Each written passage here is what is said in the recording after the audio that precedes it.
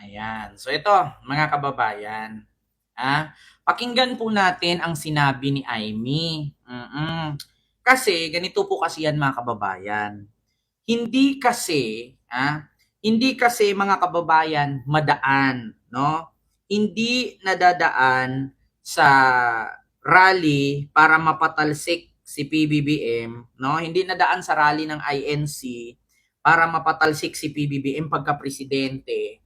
Walang ibang masabi si Aimee ay sumisigaw na lang ng bangag ang presidente. Wala na siyang masabi eh. Oo, mga kababayan, wala nang masabi si Aimee. Hanggang bangag na lang ang kanyang mabigkas sa entablado ng rally ng INC. Kasi mga kababayan, una, akala siguro nila kapag ka nag-rally sila dyan, libo-libo daw sila, ganyan, ganun kadami, ay matitinag, no? At matatakot ang presidente at bababa, no, at mapatalsik nila sa pwesto.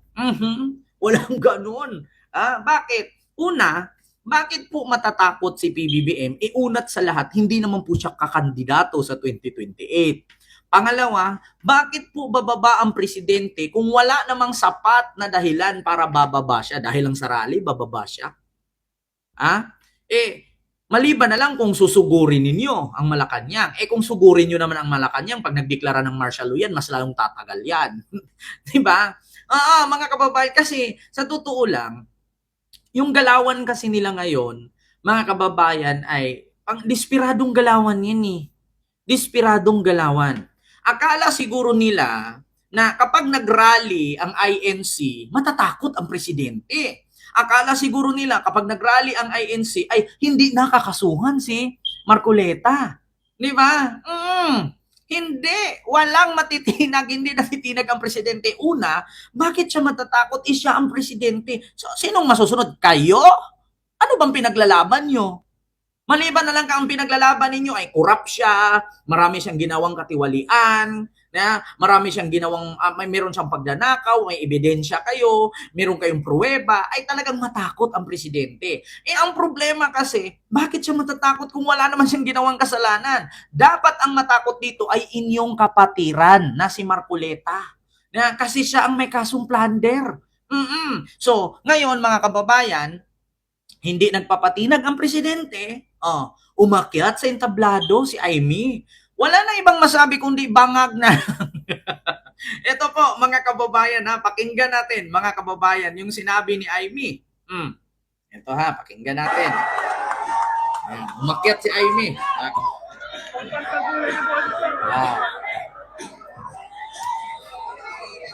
Pakinggan natin.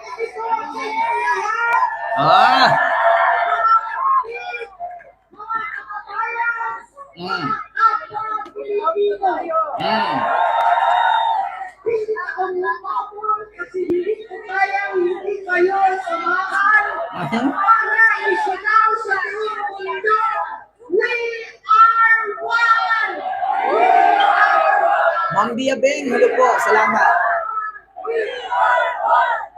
We are one! Walang umuhuli, walang tutunan sa ulan na pinadalanan namin.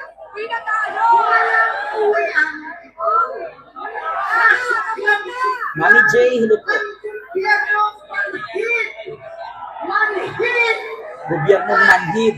Walang pakialam sa hirap ng ating mga magsasaka at mangingisda, mga sektor na Ano daw? Walang pakialam sa paghihirap ng mga magsasaka at mangingisda. Utragis ka, Aimee. Baka nakalimutan mo. Ikaw yung nanguna sa lupa na pag-distribute doon sa Bataan na kinamkam ni Roque. May action ka? Baka nakalimutan mo, Manang Aimee. Kung si PBBM walang pakialam sa mga magsasaka at mangingisda, baka nakalimutan mo kung paano lumaban ang administrasyong Marcos laban sa mga mananakop na Chinese.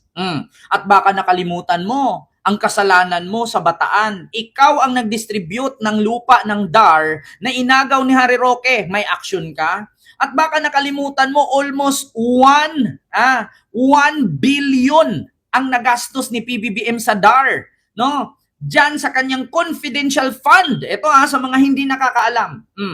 Sa confidential fund ni PBBM na 4.5 billion, 1 billion po doon ay ibinayad ni PBBM sa utang ng DAR. Dito si Amy nagkakamali. Yung magsasalita kang walang ebidensya, ako sa totoo lang kahit i-research ninyo, almost 1.8 billion mula sa confidential fund ni Pangulong Bongbong Marcos ang inabono sa utang ng DAR para mapunta sa mga magsasaka ang kalupaan na utang ni Digong noon. Hindi nyo po ba yan alam?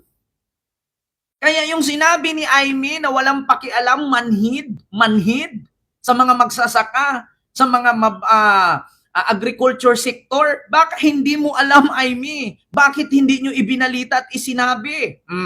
Eto sa sinabi ni Amy, wala daw pakialam ang administrasyon, manhid.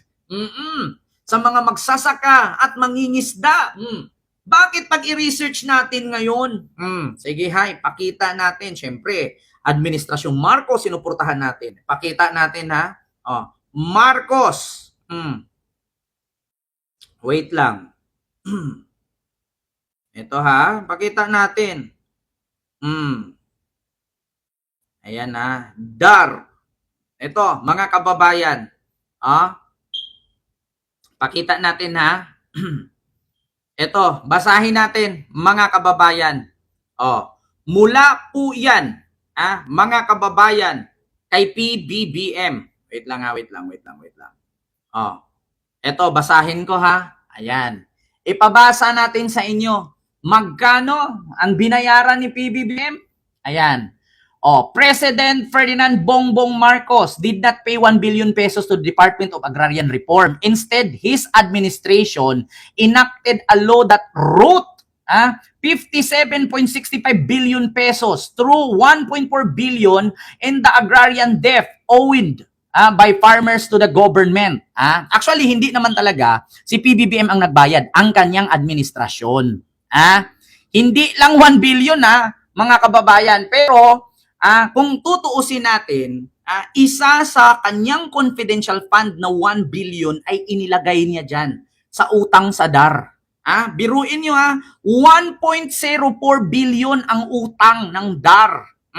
Pero nagbigay siya ng 57.65 billion sa kanyang administrasyon at nagdagdag siya sa kanyang confidential fund dyan.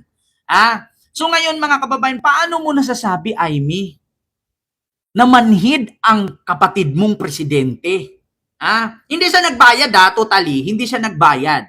Kasi nga, ang kanyang administrasyon, kasi hindi naman niya pera yun. Pero mga kababayan, nagkuha po siya ng kanyang pera mula sa kanyang confidential fund, idinagdag niya, diyan sa agrarian reform, ito pa mga kababayan, beneficiaries, it condoned the unpaid amortization, interest, and penalties of over 610,000 agrarian reform beneficiaries. So, ang nagbayad dito ay the debt condonation covers 1.173 million hectares of land awarded under the Comprehensive Agrarian Reform Program. Government cost, while it cost the government of 57.65 billion pesos to write off this loan. It has actively distributed thousands of certificate condonation to a permanently free farmers from debt of grant deemed fall over ownership of their land. Kita nyo? Tapos sasabihin ni Amy na manhid ang presidente sa mga magsasaka. Loso mo, Amy. Sabihin nyo, puro kay panggagaslight, puro kay panglilinlang ni. Continue. Napakain sa atin na halos walang makain. Gutom ang mga pamilya. Halos walang makain? Gutom ang pamilya? Putang ina, may panggastos nga kayo dyan sa rally. Magkano ang ginastos dyan sa organisasyon na yan? Sinong organizer niyan? Sinong nagastos sa mga paghakot niyan mula sa probinsya, kaninong pera ang ginamit dyan? Tapos sasabihin mo, gutom? Nakapag-rally nga kayo dyan eh. Alam nyo ba magkano ang gastos sa rally lang? Isang araw lang yan. Yung paghakot ng tao, yung pagpunta dyan sa Maynila galing sa probinsya, imposible naman nagpapahid lang ng langis yan at lumilipad isa-isa. 'Di ba? Tapos sasabihin mo, gutom?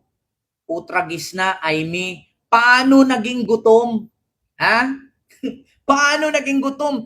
Meron nga kayong panggastos dyan sa tawag dito, pag rally-rally. 'Di ba? Oh. Wala silang pakialam. Gobyernong tulog. Lasing sa kapangyarihan. Wow, tulog. Lasing sa kapangyarihan. Kaya pala, tulog. Lasing sa kapangyarihan. Aimee, sino ba yung nanalong senador wala malang batas na naipagpasa ngayong taon? Di ba kakapanalo mo lang noong 2025? Asan yung batas na nagawa mo? Sino ba yung natutulog sa pansitan? Sino ba yung gutom sa kapangyarihan? Ikaw nga ilang taong ka na pabalik-balik sa politika, ayaw mong bumaba eh. Sino ba yung gutom sa kapangyarihan? Sino ba yung gobyernong tulog? Di ba? Anay Minda, hello po. Sadyang pipiliin ka. Bumiyahe. Makihalubilo sa Canada. Sa mga dayuhan sa Amerika. Habang ang Pilipino ay nagturusa sa kasilinang hindi ako kaya. Ano daw? Pinipili pa daw magbiyahe sa Canada habang ang mga Pilipino nagdurusa sa gasolinang hindi abot kaya. Utang ina mo, Aimee, may sasakyan din kami. Alam namin. Paano hindi abot kaya? Magkano na lang ang per litro ng gasolina ngayon at saka diesel?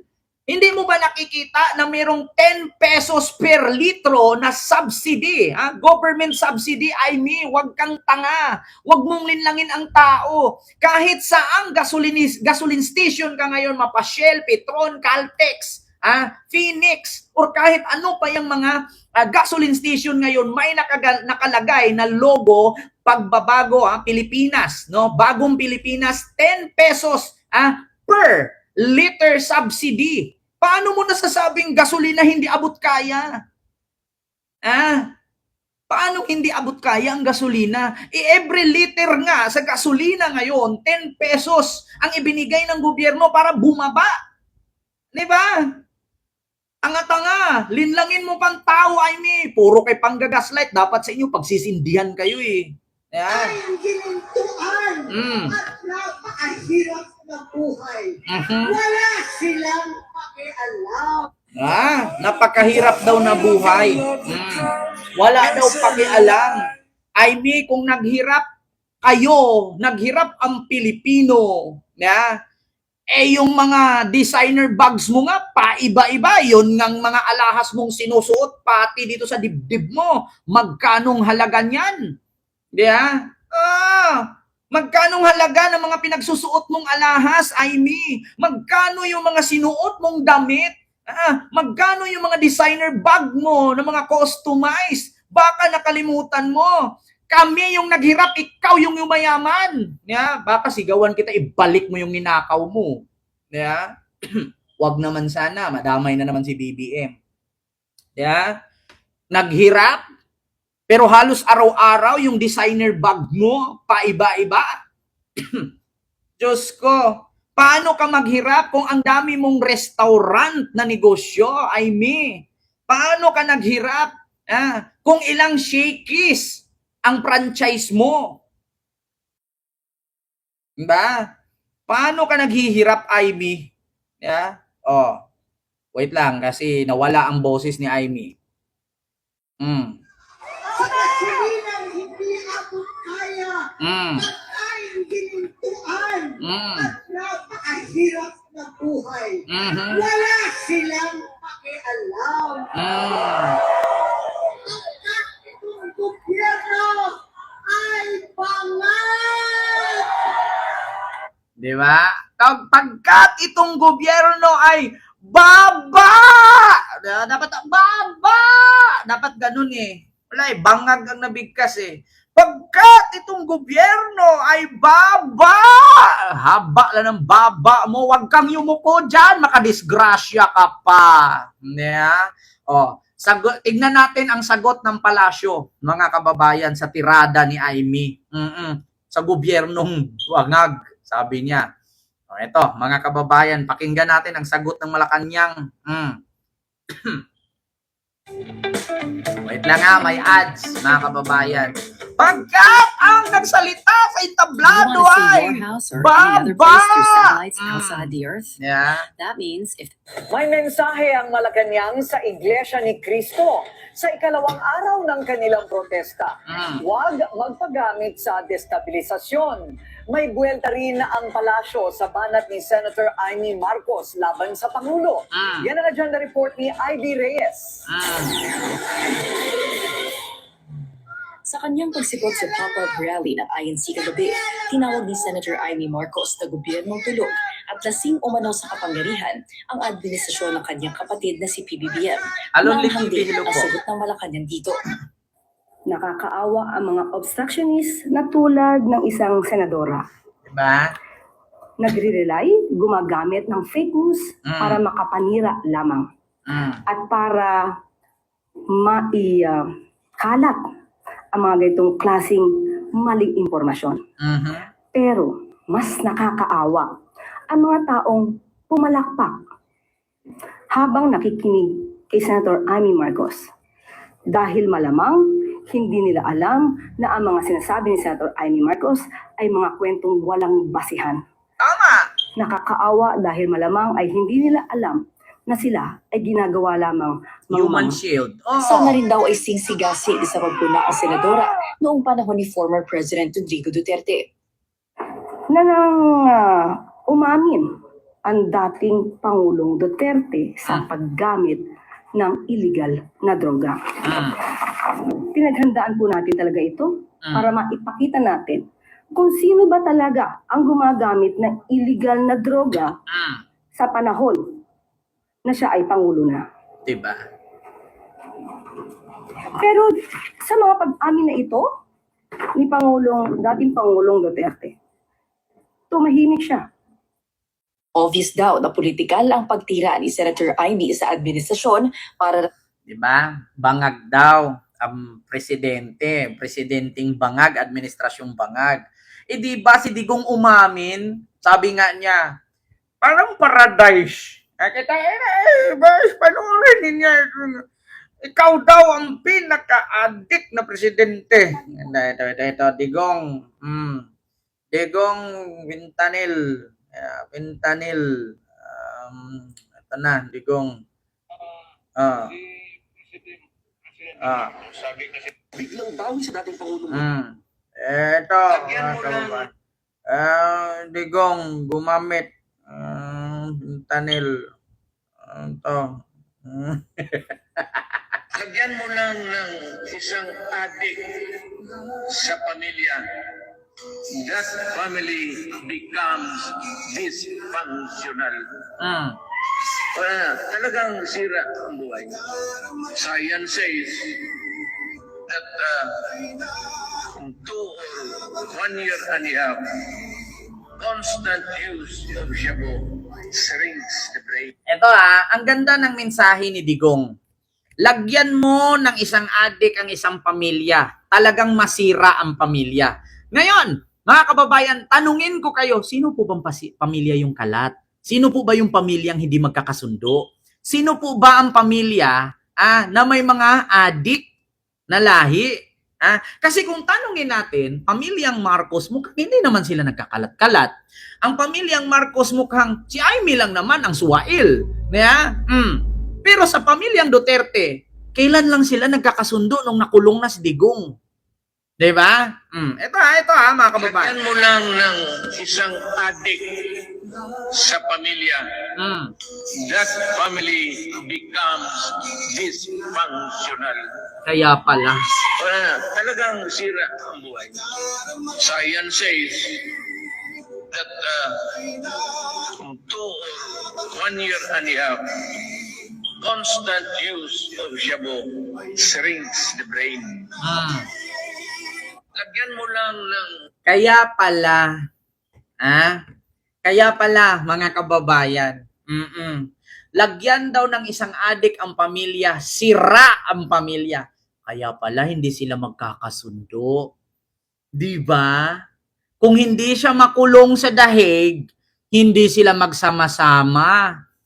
Na bumisita doon at hindi sabihin ni Sarah, maraming salamat BBM. Kung hindi mo, dahil sa iyo napakulong ang tatay ko, walang father and daughter relationship. Wow, ang galing, Amy. Di ba, Amy? Galing, no? Iluklok ang kaibigan niya si Vice President Sara Duterte. Naniniwala rin daw ang palasyo sa accountability call ng Iglesia ni Cristo. Pero ibang usapan daw ang kaso ni Senador Dante Marcoleta na siyang mismong umamin na tumanggap ng 75 million peso campaign donation noong 2025. Ayan. Muli, ang Pangulo at ang administrasyon ay hindi kumikipil sa karapatan. Karapatang makapagsalita, karapatang magpahayag ng kanilang mga sentimiento, at karapatan na magpulong. Yun nga ang masama, si Claire. Ang Pangulo, hindi kinukontra, hindi kinakalaban. Ang mga grupo, ang Pilipino na makapagsalita, maglabas ng pahayag. Kaso ang problema dyan, alam po ba nila ang pinaglalaban nila? Diba?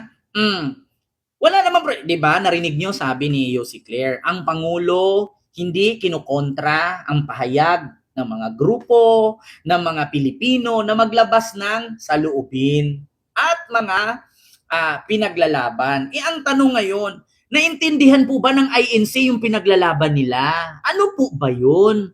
Pinaglalaban ba nila ang sarili nila o pinaglalaban nila si Marcoleta? Yun naman tanong Kung ang pinaglalaban nila ay para hindi makasuhan si Marcoleta, so hindi sa bayan ang pinaglalaban nila. Bakit? Kasi kung ako, isang Pilipino, miyembro ng INC, ang ipaglalaban ko dyan ay ang bawat pintig ng puso ng pamilya ko. Bawat pintig ng puso ng miyembro ng aking pamilya sa isang bubong.